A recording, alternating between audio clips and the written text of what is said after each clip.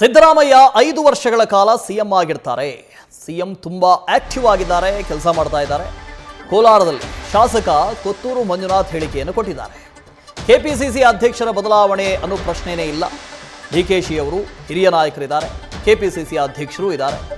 ಕೋಲಾರದಲ್ಲಿ ಶಾಸಕ ಕೊತ್ತೂರು ಮಂಜುನಾಥ್ ಹೇಳಿಕೆಯನ್ನು ಕೊಟ್ಟಿದ್ದಾರೆ. ಈಗಾಗಲೇ ಕಾಂಗ್ರೆಸ್ನ ಹೈಕಮಾಂಡ್ ಹೇಳಿದೆ, ಯಾರೂ ಕೂಡ ಈ ಬಗ್ಗೆ ಹೇಳಿಕೆಯನ್ನು ಕೊಡಬೇಡಿ, ಬಹಿರಂಗವಾಗಿ ಮಾತಾಡಬೇಡಿ ಅಂತ.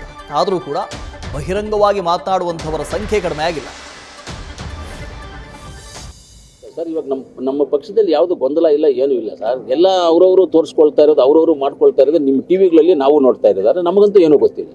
ಎಲ್ಲ ಕರೆಕ್ಟಾಗಿದೆ ಸರ್, ಯಾರ್ದು ಏನು ಡಿಸ್ಟರ್ಬೆನ್ಸ್ ಇಲ್ಲ, ಎಲ್ಲ ಕರೆಕ್ಟಾಗಿದ್ದಾರೆ.